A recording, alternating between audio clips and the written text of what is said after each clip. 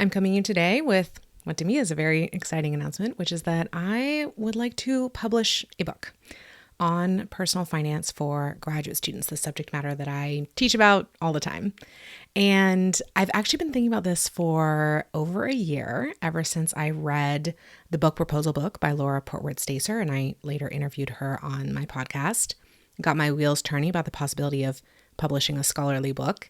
That was back in the spring of 2024. And I have actually made some progress on my book proposal and my sample chapter in the intervening year. I'm sharing this with you well before there is any book to be read or purchased, because I would love for you to come along on this journey with me. I would love to share updates with you about how the proposal is going and the actual writing of the book. And I actually want some accountability with this process too. I do very well with external accountability, so I'm going to be sharing updates like this along the way. The reason I'm coming to, today in particular, today is Wednesday, May 28th, 2025, is that I am starting the Book Proposal Accelerator, which is a program that, again, Laura Portwood-Stacer puts on. So my goal is over the next 6 weeks to have a fully ready to be submitted book proposal. And it's kind of an intense project, but I haven't gotten it done over the last year. And so I knew that I needed something like this accelerator to help me get over that hump and get into the process of actually writing the book. Hopefully, once the proposal is accepted somewhere, fingers crossed. So I'm going to be updating you on my work through the accelerator and then continuing on in the project after that. So here's my accountability for the day. The program actually started yesterday, but I was traveling because it was Memorial Day weekend and I was traveling. So I'm just getting started today with the Book Proposal Accelerator.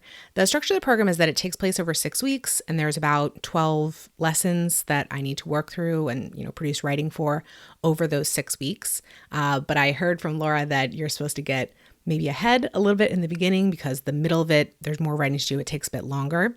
So I'm going to try to get ahead as best I can. I want to be an A student in this accelerator. That's my goal. So I want to take full advantage of it and, submit my writing, get feedback and so forth.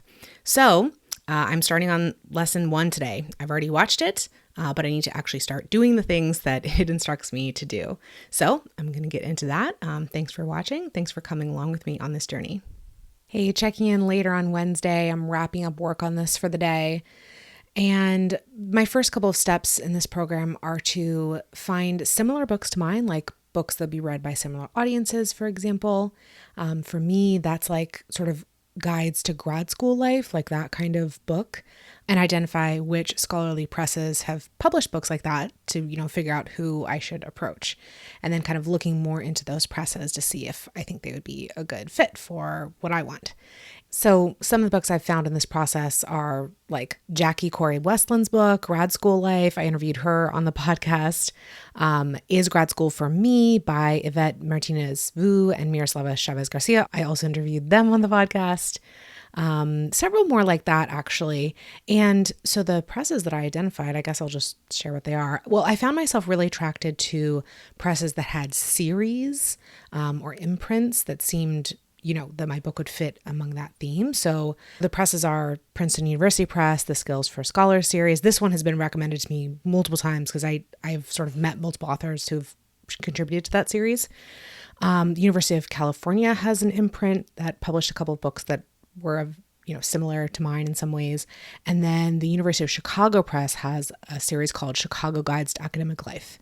So that's what I'm thinking about as of now. I went through kind of the evaluation process, and having not approached any of these presses yet, I think I would be very glad to work with any of them.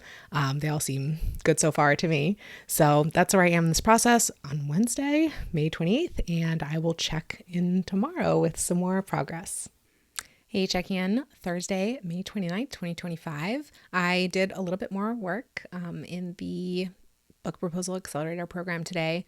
So I looked in a little bit more depth at the presses that I identified yesterday, I'm actually thinking I want to expand my list a little bit more, maybe add one or two more, and looked at the components of the book proposal that each of them was asking for. Thankfully, there's a lot of commonality across the presses that I identified.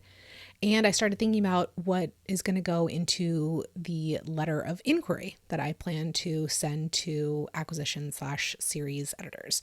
So I haven't started writing it yet. That's for tomorrow, but I have started thinking about the components that will go into that letter. So good progress for today. Looking forward to more tomorrow. Hey there, checking in at the end of my book work period on Friday, May 30th, 2025. Today, as I said I would yesterday, today I drafted the letter of inquiry. So this is an email that I'm going to send to acquisitions editors or series editors, basically just asking them to, if they're interested in my topic and if they'd like to read my book proposal. I'm not actually going to send this email out until after I'm done with the program.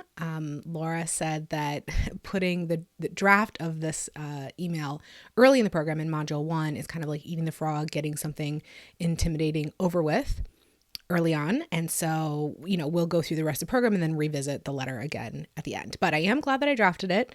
I used the template that Laura provided, which was really helpful. And I liked my letter. I posted it for feedback inside the accelerator. So I'm hoping to see feedback in the next few days on that. And I hope Laura thinks it fits with, what editors are kind of looking for. We'll see. I liked the letter. I liked the template. What I did notice is that my letter is maybe like half the length of the other examples and stuff that were posted. And so I don't know. I like to be brief and straight to the point. So I don't know if that's a good thing or if I need to expand it more.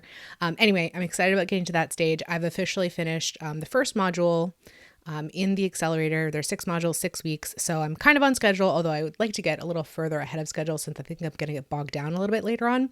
So maybe over the weekend, I'll do a bit more work. Anyway, very happy with my progress for the day. I think going forward, I may just create and post like one video per week instead of doing these like daily check-ins on my progress through the accelerator, but we'll see. Thank you so much for watching this video, for joining me in this journey, and I will see you next time.